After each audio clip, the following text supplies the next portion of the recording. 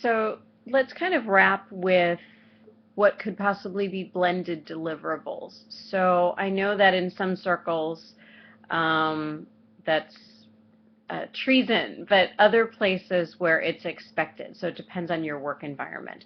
But I'm thinking of things like wireframes and sitemaps that are usually the domain of information architects and user experience designers. Now, one of the reasons or one of the ways that content strategists can contribute to this is either directly in like defining how the sitemap is put together, because you've done the navigation labels, you've done the taxonomy, maybe you've done the card sorting with the core users, and you know what their natural language is and what they would call things.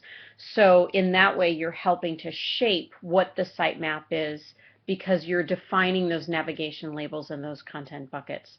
At the wireframe level, it doesn't get as specific as a content matrix would be, but it would be distinguishing things like this is a label for this, or this is a description for that. So there have been a couple cases where I've worked very closely with an IA in the wireframe itself, actually defining what type of content goes here. So it's not of the detail of a content matrix of, 30 characters, including spaces. You can start with a gerund, active tense, no periods, so no punctuation, that type of thing.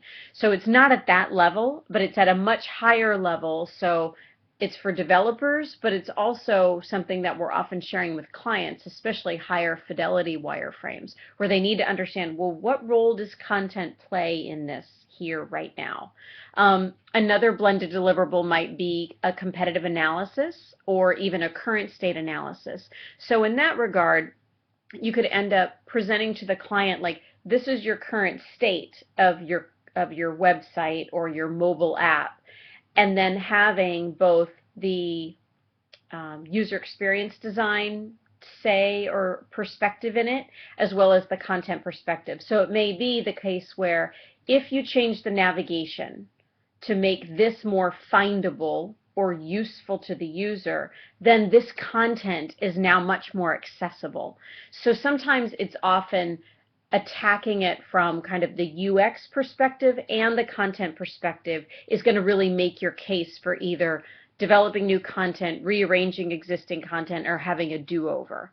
Now, the same can be said for the competitive space. So if you're looking across competitors to be able to say, these competitors do content really well, but it's either hard to find, or the production quality is low, or the user has no way to retrace their steps and figure out where they are because the breadcrumb trail happens to be missing on content pages for some reason, but they're available on landing pages. So it's the kind of thing where UX does play a role, or IA plays a role in defining what the content experience is. And that's where you can have that kind of blended deliverable with your UX team to say, this is a more comprehensive overview of your competitors or your current state. So consider blended deliverables when they make sense, and I can show you some examples of when it works.